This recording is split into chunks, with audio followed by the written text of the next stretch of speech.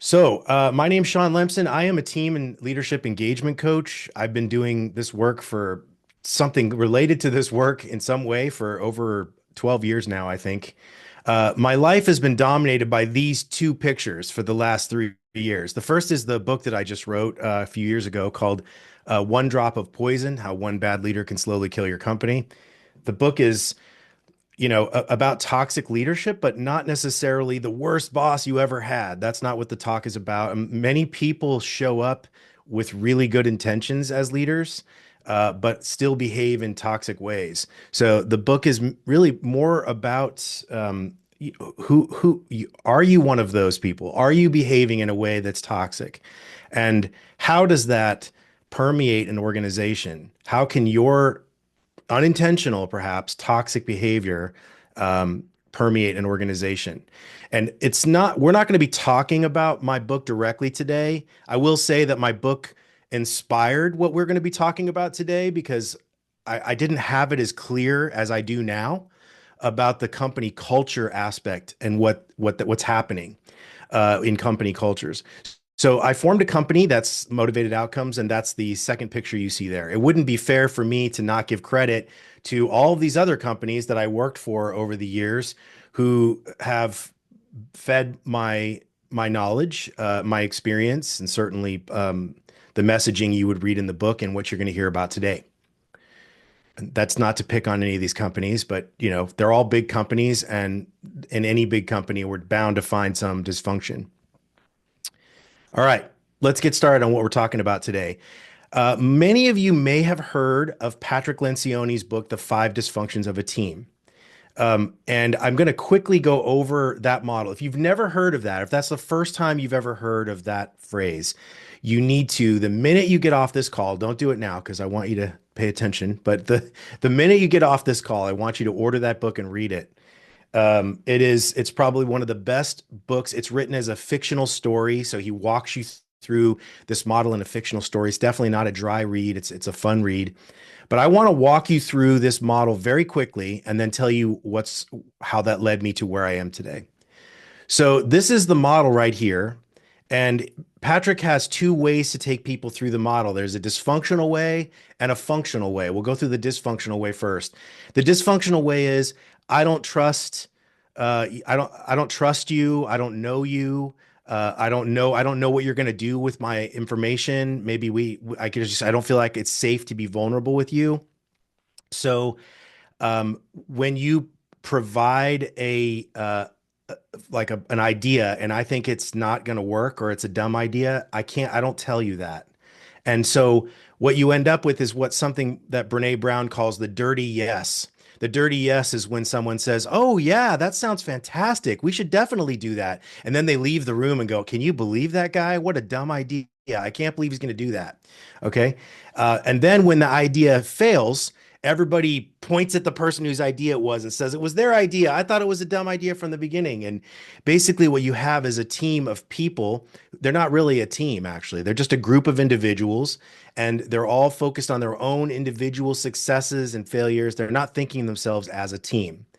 Now, the healthy way up this model is team members feel safe enough to disagree. I respect you, you respect me. So you know that when I give you criticism about your idea, you're not taking it personal. I like to say this is the trying to get it right versus trying to be right. So I'm trying to get it right, and nobody thinks I've got an ego involved. It's all about the problem. We're trying to solve the problem, and everybody's focused on that. Because they feel heard, individuals feel heard. If they don't get their way, they still commit, right? I feel heard. You heard my concerns. You're gonna say we're gonna mitigate those risks or whatever. We're gonna go forward. I feel heard enough that if this doesn't work out, we'll take the loss as a team. I'm not gonna point fingers. It's win or lose. I'm not gonna. I don't agree with it, but we're gonna try it anyway, and I'm in. We're gonna try to make it work. Okay. And that's the model on the healthy side. That's how you want to get there. Now, I just have to go on record here and say that I have a lot of respect for this model. I have used it many, many times. When I was at Nike, they used to call me the team whisperer because you could put me on any team, even teams that were just completely dysfunctional, where everybody wanted to leave.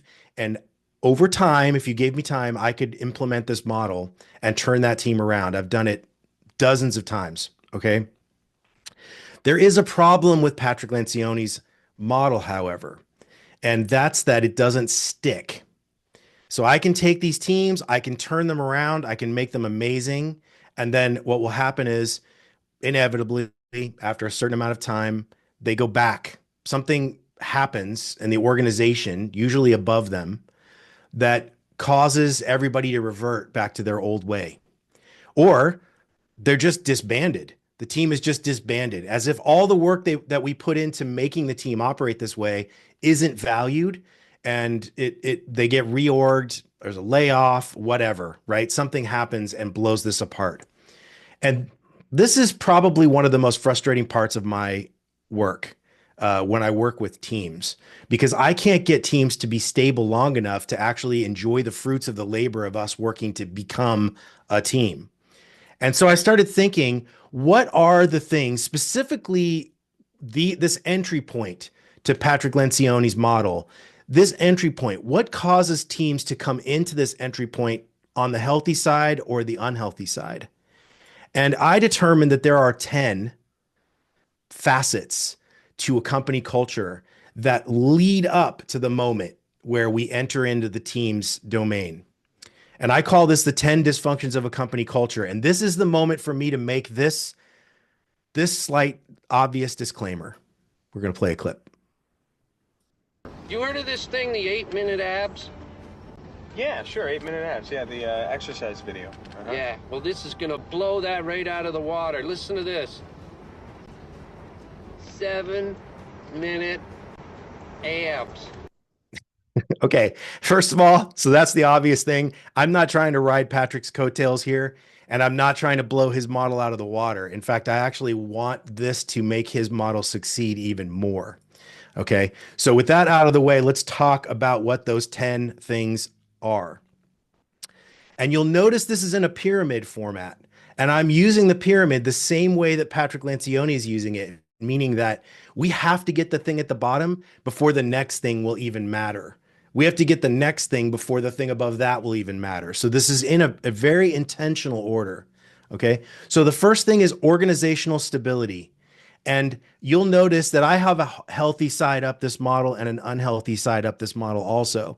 Now, unfortunately, organizational stability is actually one of the what's happening in corporate America right now is organizational stability is being normalized to be unstable, meaning tactically companies have figured out how to do layoffs all the time, how to do reorgs all the time. And they've found ways to gaslight themselves to say that this is okay, that it's totally normal. It's just business. It's not personal. It's just business. However, I want to point out that your job security as an individual is at the second level of Maslow's hierarchy of needs. Security, job security in this case, meaning that when you don't have job security, you won't be worried about anything else other than getting job security. So the way I like to tell this is, imagine if I asked you to paint a mural on the ceiling of my very tall entryway, right? And in order to paint this mural, you're a talented artist. In order to paint this mural, you have to stand on like 3-story high scaffolding. And this scaffolding that I have provided for you is so rickety that you feel like your life is in danger every time you take a step. It just feels like it's going to collapse every time you move. How good do we think that mural is going to be? It's going to be terrible, because you are going to be physically, I mean this, physically incapable of being creative while you are worried for your life. And when we talk about people's stability, their security, their job security, their monetary security, everything, when we start playing with that and then ask them to innovate for us, we're doing a fool's errand. It is not possible for your employees to innovate while they are worried about whether they have a job. So the first thing we need in order to make a healthy culture is we have to have stability. And we can talk more about the tactics of these things, but they would vary from company to company. So I'm going to keep this very high level and just talk about what the facets are. Okay. The next one we talk about is safety. And this is, I'm going to say psychological safety, but really let's be clear because all safety is psychological, right? That's the nature of safety. I feel safe. Therefore, we're in feeling space. Okay. So all safety is psychological, but at this level, I mean political safety. It is safe to fail at the company on a project and not have my career be impacted. It is safe to take on a fledgling project that may not succeed and not have that affect my career, right? Safety to fail at an organizational level. The next one up is purpose. And I'm going to use Dan Pink has a fantastic way of describing purpose. He likes to use capital P purpose and lowercase p purpose, and I'm going to use them both here. Capital P purpose is what does my company do for society? What is the mission of my company at a broad level? I use Nike as an example here because they're fantastic at this capital P purpose. It doesn't take very long for you to be at Nike to realize what their capital P purpose is. They believe whether you run a marathon, whether you are an Olympic athlete, or you just walk around the block, you're an athlete. Okay. They have this thing they call athlete asterisk. And then the asterisk is everyone's an athlete. If you have a body, you're an athlete. Okay. And they believe every athlete deserves a good pair of shoes and good sporting goods wear and so on. So you're very quickly brought into that big capital P purpose. And I think Nike's very good at storytelling. And I feel like at least when I was there, the culture was very strong around this capital P purpose. The lowercase p purpose they were not very good at, which is what is my purpose at this company? Meaning, what's the work that I do on this team and how does it impact other teams at the company? What impact am I making personally? Would anybody know if I was gone? Am I making an impact? Is my team making an impact? So I want you to think of that as lowercase p purpose. All right. The next one, credibility. Now, Patrick Lencioni has safety in his model, and he means, he has trust in his model at the bottom. And for him, that means vulnerability trust, meaning I can tell you that I made a mistake and I'm sorry, or that I don't know the answer and it's okay that I don't know, right? That kind of vulnerability. But there's two other kinds of trust. One is competency. I trust that you're competent in what you do, and reliability. When you say you're going to do something, you do it. And I can trust that you will do it. Those two types of trust can be wrapped up with the word credibility. When I have credibility, it means that I know what I'm doing, and you know that I will do what I say I'm going to do. So this goes both ways. Leaders need to have credibility with their teams. In fact, I write about this in my book as credibility is a multiplier. If you're a leader and you have credibility, you don't have to spend any time convincing anybody to do anything. You just tell them and they do it because you have credibility. If you don't have credibility, you're going to spend 10 times more time convincing them that it's the right thing to do. Okay, so credibility is a very important aspect of culture. Now, the other direction matters too. Teams have to be credible. So when I'm doing work with teams, one of the first things I do is I tell them, you guys, we're going to slow down and we're going to be predictable because predictability is clout. We're going to leverage your predictability so that when they start giving you more work than you can handle and you say that's enough, they'll believe you because when you tell them you can do it, you do it. And when you can't, you don't. And that's predictability and it lends into credibility. So we need it in both directions. We need leaders to feel credibility towards their teams, and we need the teams to feel credibility towards their leaders. Okay. The next thing is autonomy, because with that credibility, I can now be a lot less of a hands-on leader. I don't need to be in your business every day telling you how to do your work if you have credibility. If I believe you know what you're doing and I trust that you will get it done, I'm more likely to leave you alone. And if I don't, then I am dysfunctional as a leader. And then you should read my book because I talk a lot about that.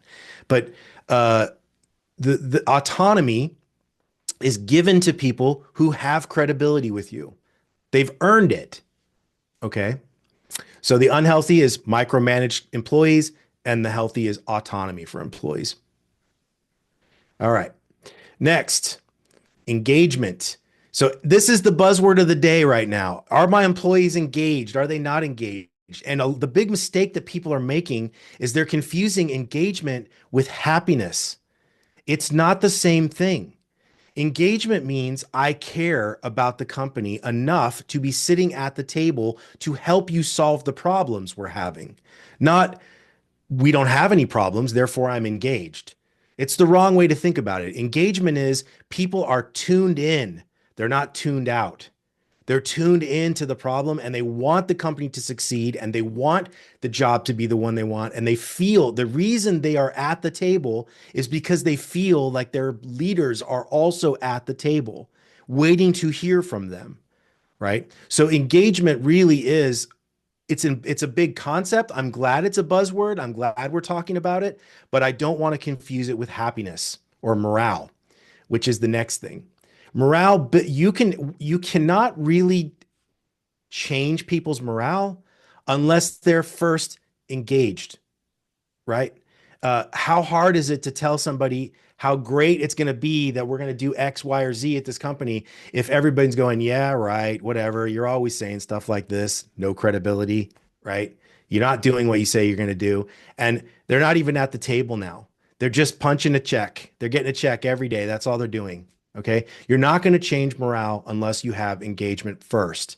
And engagement first just means, hey, we're listening, and I want to prove to you that we're listening. When you bring us stuff, watch things change. And that builds credibility. So you could see how the connection between these as we go up. All right. On top of happiness, when we have high engagement, high morale, we get automatically for free loyalty. For free.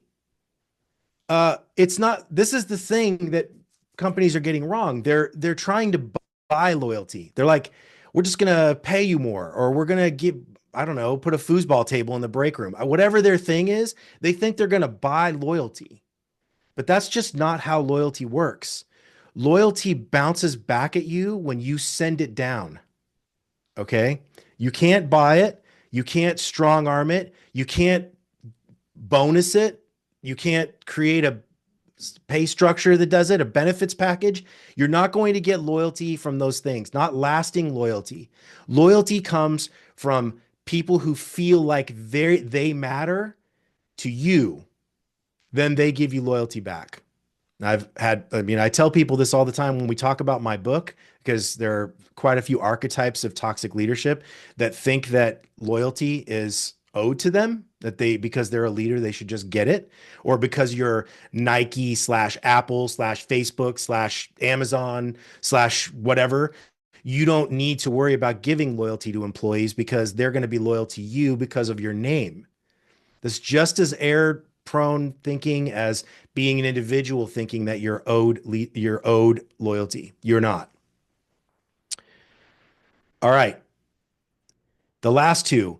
When you have all of these things, you are more likely to have a relationship with leadership and employees where leaders are communicating with employees rather than communicating to employees, right? So if you're in a culture where the leaders just seem to disappear into a cave for a week and then they just pop out and tell everybody that their lives are going to be different, you're laid off and you're no longer on that team. And the company's, this whole division has now been folded into this other division and just changes, but they're all being made in a cave and then they just pop out and tell everybody. That's communicating to employees.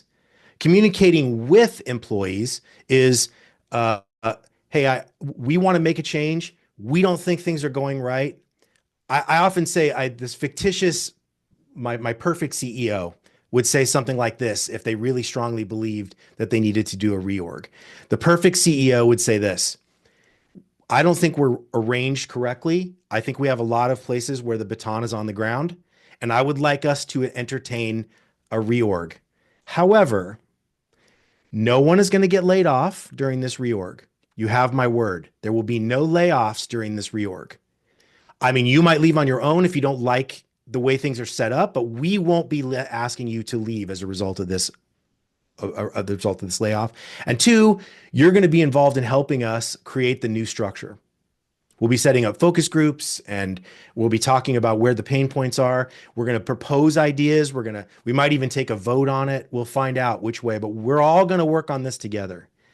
Now, does that feel unstable? Does that make anybody feel angst? Maybe a little, because things are going to change. I just want to be clear about that. I didn't mention it during organizational stability, but I'm not talking about the fact that nothing changes.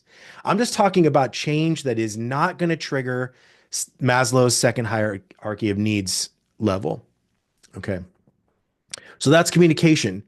We're getting close to Patrick Lencioni's model. You see that? Now we're at this last one here, and it's challenge stress. Now, challenge stress is I, as a leader, give you something to do as a team. I give you a challenge, and you view it as a challenge. Okay. You don't think of it as impossible. We call that impossible stress. You think of this as challenge stress, meaning, I'm not quite sure how we're going to solve that problem, but we're very smart. You're supportive as a leader. It's safe to fail. I mean, look, we have all these 9 things below here, right? They're all there in place. So it's a healthy environment for us to try to solve this problem. And believe it or not, there is a biochemical response that happens at this moment in human beings. When you are faced with challenge stress, the way I just described it, we create oxytocin, which is a hormone they call it the love hormone, but it's actually more, I think they should just call it the trust hormone, because it makes us say things like, come on, you guys, we can do this, right? That's it's a challenge.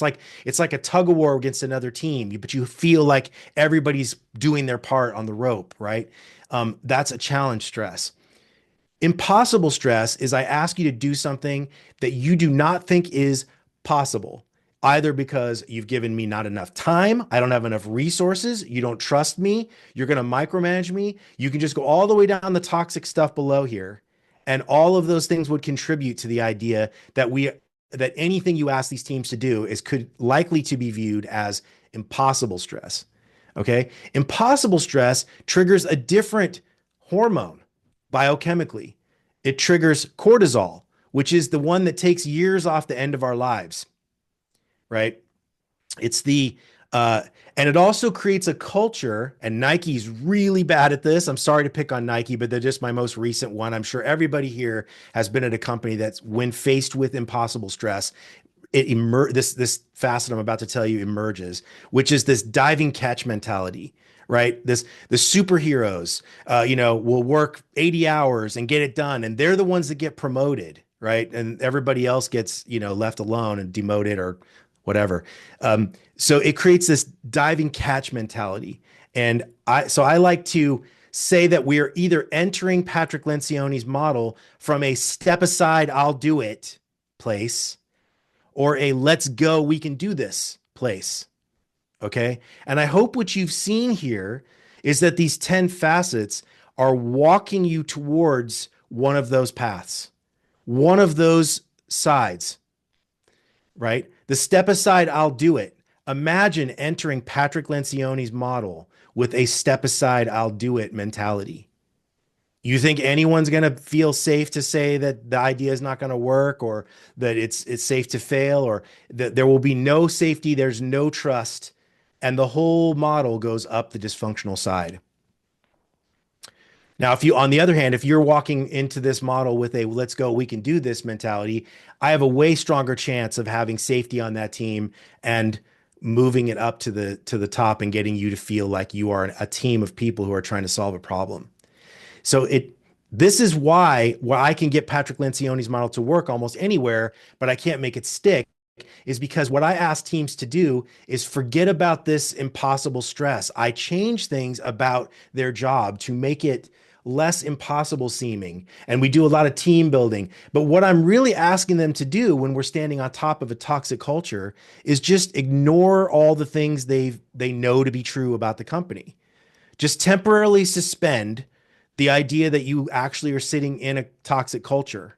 And that works, right? I can get people to buy into that for a while, and they do change.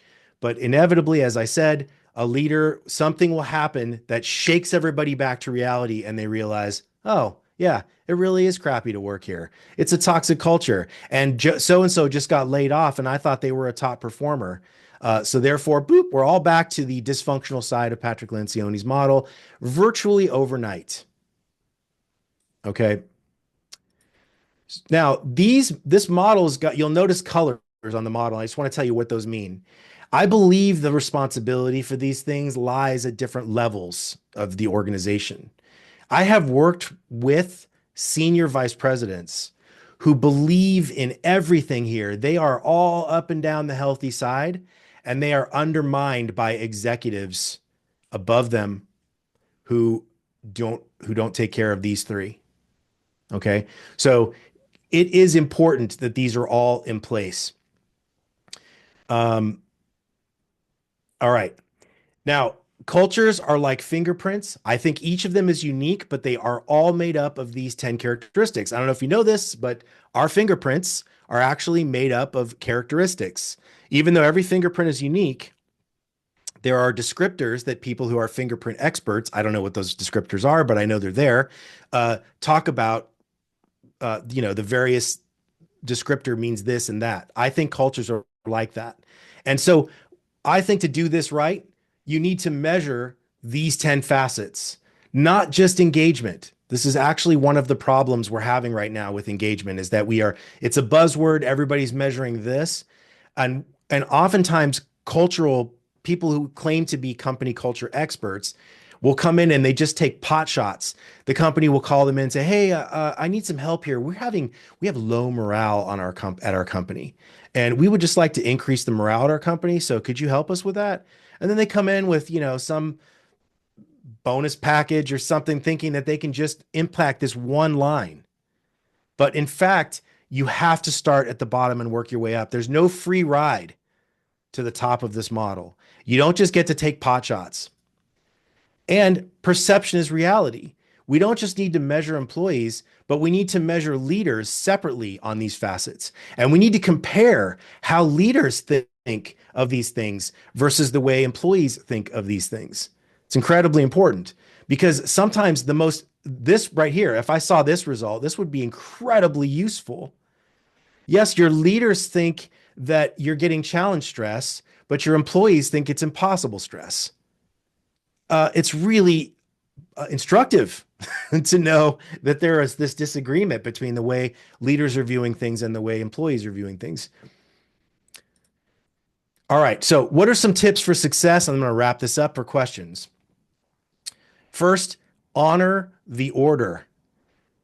As I said, most of the reason why cultural change doesn't happen is because people are trying to take pot shots at these various things. They're just jumping around without realizing that the other things exist and that there's an order to them and that this order builds on itself, which is why I said you get loyalty for free. You get some of these other things for free too, because if you have credible leaders who provide autonomy and you're sitting at the table and they're listening to you, your morale is going to be higher without doing much of anything. So a lot of these things kind of just happen as a result of the things below. Second, engage leaders of all levels. Do not try to just talk to the middle level managers. Oftentimes you're preaching to the choir at that level. It's the executives and the senior leaders of the company that need to understand their role in these things, and not just their role in how they positively influence these things, but importantly, the things they're doing that are inadvertently damaging these things, and understanding the downstream, or we could say up the model impact of that damage. I find that if I can convince leaders of that, they change their mind. They stop gaslighting themselves about how how it's fine to all companies are reorganizing all the time. That's just the nature of things now. They change that. They start realizing, oh no, we're dealing with human psychology here. Measure all 10 facets. Don't just measure one or two. And this is important. Develop strategies one at a time. Meaning don't try to come up with a cultural transformation plan that encompasses all 10 of these, because what's going to happen is if you work on this first one, that's going to immediately reveal a strategy for the second. And when you do the second, you'll see a strategy for the third. They emerge as you go. So don't try to develop an overall strategy. Develop a strategy one at a time as you move your way up the pyramid. And it takes a while if that's not obvious. But it took a while to make a dysfunctional culture too. So, it can take a while to make a culture a healthy one. And that is the end of the talk, but it's not the end of our conversation. So let's start. If anybody has any questions or comments, I'd love to hear them.